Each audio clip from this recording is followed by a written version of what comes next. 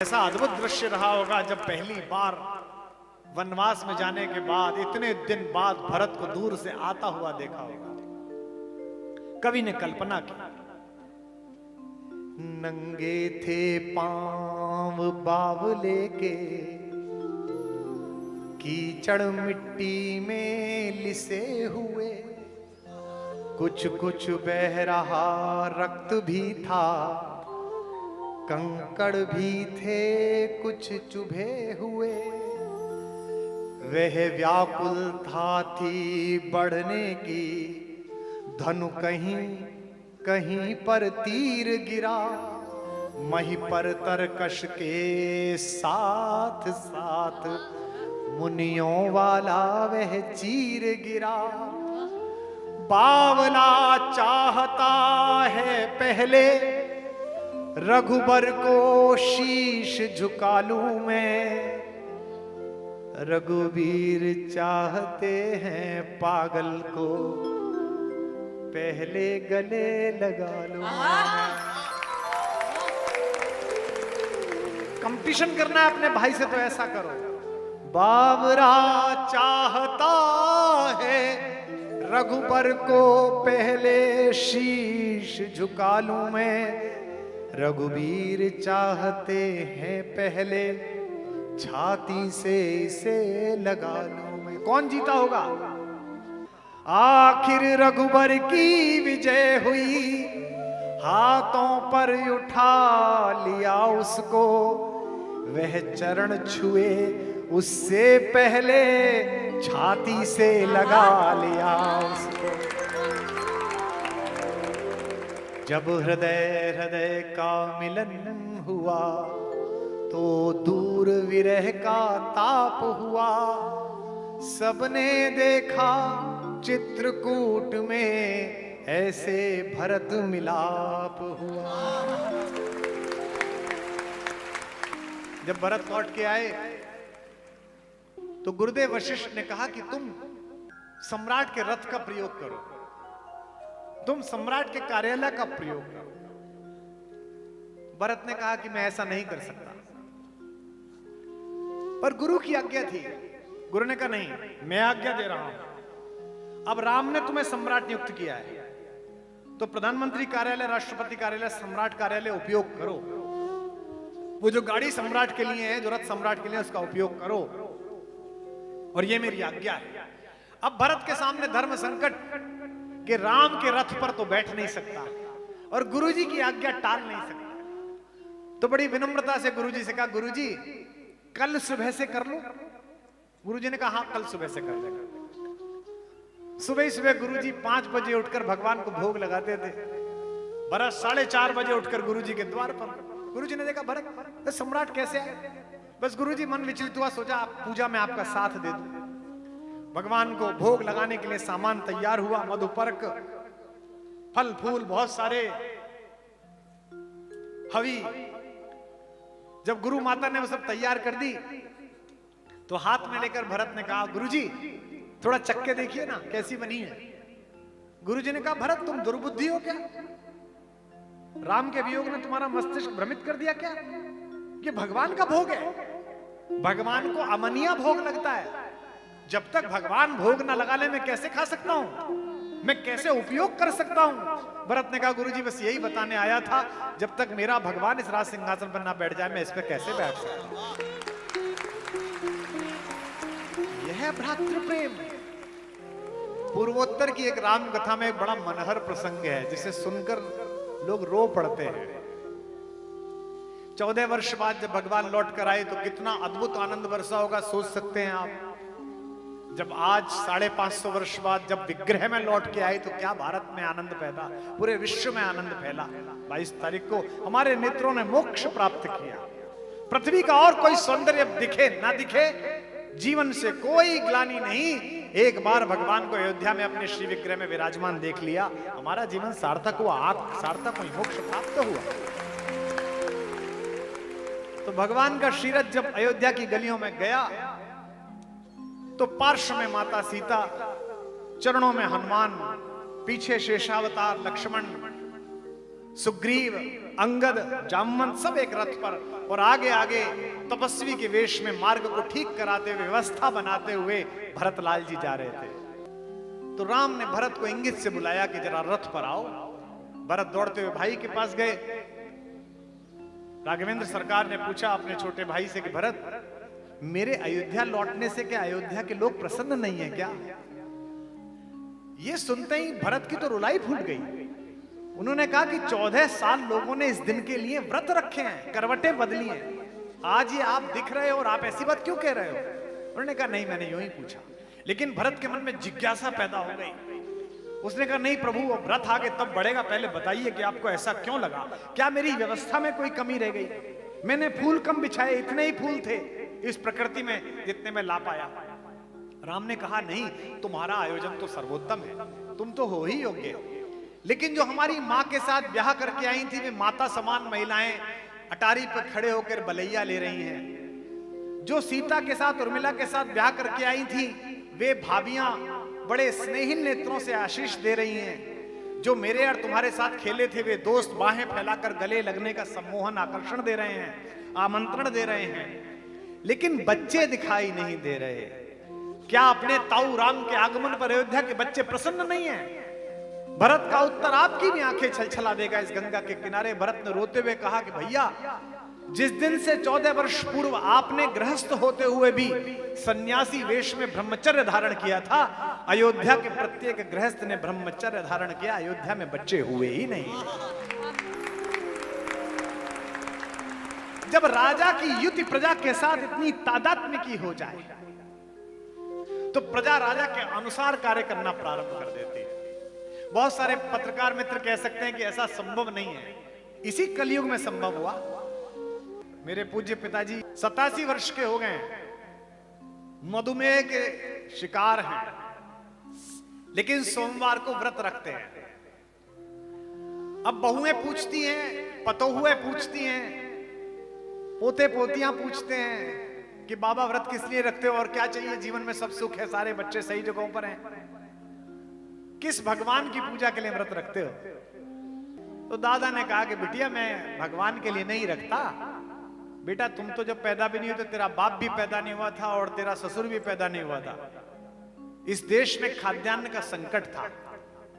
हमारे एक प्रधानमंत्री ने कहा कि अगर सारे देश के लोग एक दिन भोजन छोड़ दें तो इतना भोजन बचेगा कि हम बाहर से नहीं मांगेंगे, देश में ही काम चला लेंगे।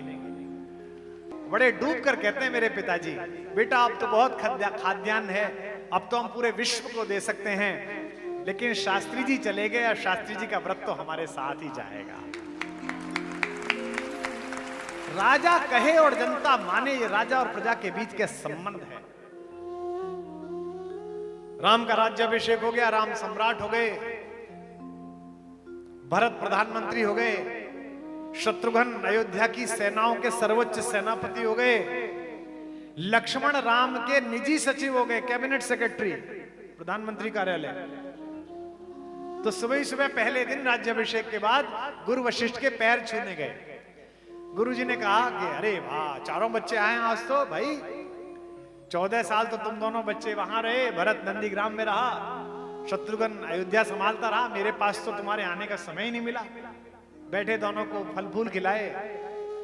फिर परिहास में गुरुदेव ने पूछा, मैंने बचपन में जो जो तुम्हें सिखाया था वो तुम्हें स्मरण तो है ना? अब गुरु के सामने कैसे कहें कि पता है कि नहीं पता? हमसे गणित के मास्टर जी ने जब भी पूछा पहाड़े याद है, 20 तक याद थे, पर कभी हिम्मत नहीं हुई, क्योंकि अच्छा खासा याद रहता था। 17 का पहाड़ा जैसी गुरुजी पूछते थे भूल जाते थे, चौथे नंबर पे आके गायब। गुरुओं के सामने कुछ हवा टाइट हो जाती है तो सब चुप हो गए। गुरु वशिष्ठ ने पूछा, अरे भाई बोलो, जो मैंने सिखाया वो सब याद है? राज्य कैसे चलाना है, मनुष्यता कैसे सुरक्षित रखनी है, रघुवंशियों की परंपरा क्या है? तो राम ने कहा, गुरुदेव आपकी शिक्षा हम 4 भाइयों को कितनी याद है कितनी नहीं, इसका निर्णय तो तभी हो सकता है कि आप हमारी परीक्षा ले लीजिए, चारों की परीक्षा ले लीजिए। जो फेल हो जाए उसे दोबारा गुरुकुल में रखिए। मैं फेल हो जाऊं तो मैं राज्य सिंहासन भरत को देकर आपके आश्रम में दोबारा आ जाऊंगा। गुरु ने कहा नहीं, चारों को अलग अलग नहीं, चारों से एक ही प्रश्न पूछूंगा और चारों उसका उत्तर मुझे बताइए। गुरुदेव ने एक प्रश्न पूछा, चारों भाइयों ने अलग अलग उत्तर बनाया। तीन भाई तो मुंह से बोले, चौथा बोला भी नहीं और उत्तर बता दिया। तीनों से पूछा कि जीवन में सर्वाधिक अनमोल वस्तु क्या है। सबसे पहले शत्रुघ्न से पूछा, जो सेनापति हैं, जिनके जीवन में शौर्य है, पराक्रम है, कि शत्रुघ्न जी से अनमोल कुछ पूछा गया, कि शत्रुघ्न जी से अनमोल कुछ पूछा गया।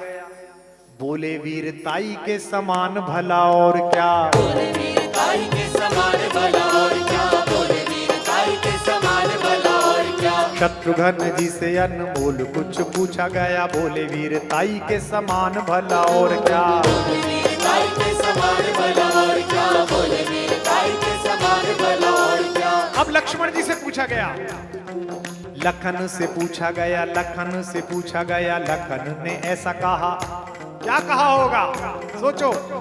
लखन से पूछा गया, लखन ने ऐसा कहा, मेरी सीता माई के समान भला और क्या, मेरी सीता माई के समान भला और क्या, मेरी सीता माई के समान भला और क्या। राम जी से पूछा गया, राम जी से पूछा गया। राम मुस्काए बोले, राम जी से पूछा गया, राम मुस्काए बोले, जग की भलाई के समान भला और क्या, जग की भलाई के समान भला और क्या, जग की भलाई के समान भला और क्या। भरत के नयनों से, भरत के नयनों से, भरत के नयनों से गिर के आंसू ये बोले, भरत के नयनों से गिर के आंसू ये बोले, दुनिया में भाई के समान भला और क्या, दुनिया में भाई के समान भला और क्या, दुनिया में भाई के समान भला और क्या, दुनिया में भाई के समान भला और क्या, दुनिया में भाई के समान भला और क्या। यहाँ बड़े बड़े विद्वान बैठे हैं, ब्रह्मचारी जी सुन रहे हैं। श्रीमद् वाल्मीकि रामायण में एक ऐसा श्लोक है जिसे मैंने पहली बार जब पढ़ा रात को 2:30 बजे, तो मेरी श्रीमती जी जाग गई। उन्हें लगा कोई उधर में शूल हो गया है, कोई परेशानी होगी। मैंने, रो क्यों रहे हैं आप? मैंने कहा तुम सो जाओ, सुबह को बताऊंगा रो क्यों रहा हूं। अद्भुत प्रसंग है। राज्याभिषेक हुआ भगवान का, भरत जी ने राज्य का कारभार सौंपा, तो सबके प्रति धन्यवाद ज्ञापित किया, गुरु वशिष्ठ को प्रणाम किया, चरणों में झुककर सारे मंत्रियों का आभार व्यक्त किया, माता कौशल्या के चरणों में अपना शीश रखा, माता सुमित्रा को प्रणाम किया, भगवान राम की आंखों का इशारा देखकर माता कैकेयी के चरणों में भी सिर रखा। लेकिन जब सीता जी के सामने भरत आए, ओहो, तो वहां एक दृश्य पैदा किया कवि ने, मेरे महाकवि ने कहा कि अपना जटाजूट वाला सिर जिसमें उलझी हुई हैं सारी शिखाएं, वह जटिलम ज्येष्ठानुवृत्ति जठलम, उसको जब सिर को सीता के चरणों में रखा तो कवि लिखता है, अन्योन्य पावन मबूत भूवम समेत्वा, पैरों ने और सिर ने एक दूसरे को धन्य कर दिया। मैंने सोचा कि भाभी के चरणों में सिर रखा, ये तो ठीक है, इसमें तो देवर का कर्तव्य है, क्योंकि वो मां के समान होती है कि उसका सिर पवित्र हुआ। ये पैर क्यों पवित्र हुए? यह सिर भरत का तो इसलिए पवित्र हुआ कि ये किसी सामान्य महिला के चरण नहीं है, ये उस मिथिला की राजकुमारी के चरण हैं। जब कैशोर्यावस्था में अपने राजमहल में विचरण करती थी, तो दासियों का एक समूह उसके निकलने वाले मार्ग पर ताजा तोड़े गए गुलाब की पंखुड़ियों की वर्षा करता था। ये उस अयोध्या की महारानी के चरण हैं, जो सुबह जब उठती थी तो भगवान भुवन भास्कर की पहली किरण उसकी पलकों को प्रणाम करें, इस योजना के लिए 7 दासियां पर्दों के साथ पट एक एक करके खोलती थी। ये वो चरण हैं जिन्होंने कांटे स्वीकार किए, लेकिन अहंकार से भरे हुए सोने की लंका का अधिपति अपने निकृष्ट प्रेम का प्रदर्शन लेकर जब राज मुकुट रखने के लिए आया, तो इसने सिर उठाकर नहीं देखा, उसे अपनी उपेक्षा का शिकार कर दिया। ये वे चरण है, सामान्य चरण है, लेकिन ये चरण धन्य हुए, क्योंकि ये सिर भी सामान्य सिर नहीं है। इस सिर के ऊपर त्रैलोक्य का राज मुकुट रखा जाना था, लेकिन इस सिर ने जंगल में जाकर उस राज मुकुट को अपने भाई के चरणों में रखकर कहा, मेरे शीश पर अपनी पादुकाएं रख दीजिए, वही मेरे जीवन की कृतार्थता होगी। है वह शीश है, इसलिए कृष्ण नंदन अन्योन्य पावन मबूत भुवम समित है। अपने आंसू से गंगा को धोते रहे, अपने आंसू से गंगा को धोते रहे, हाथ में जल लिए राम रोते रहे, हाथ में जल लिए राम रोते रहे, अपने आंसू से गंगा को धोते रहे, अपने आंसू से गंगा को धोते रहे, हाथ में जल लिए राम रोते रहे, हाथ में जल लिए राम रोते रहे, अच्युतम केशवम कृष्ण दामोदरम, अच्युतम केशवं कृष्ण दामोदरं, राम नारायणम जानकी वल्लभम, राम नारायणं जानकी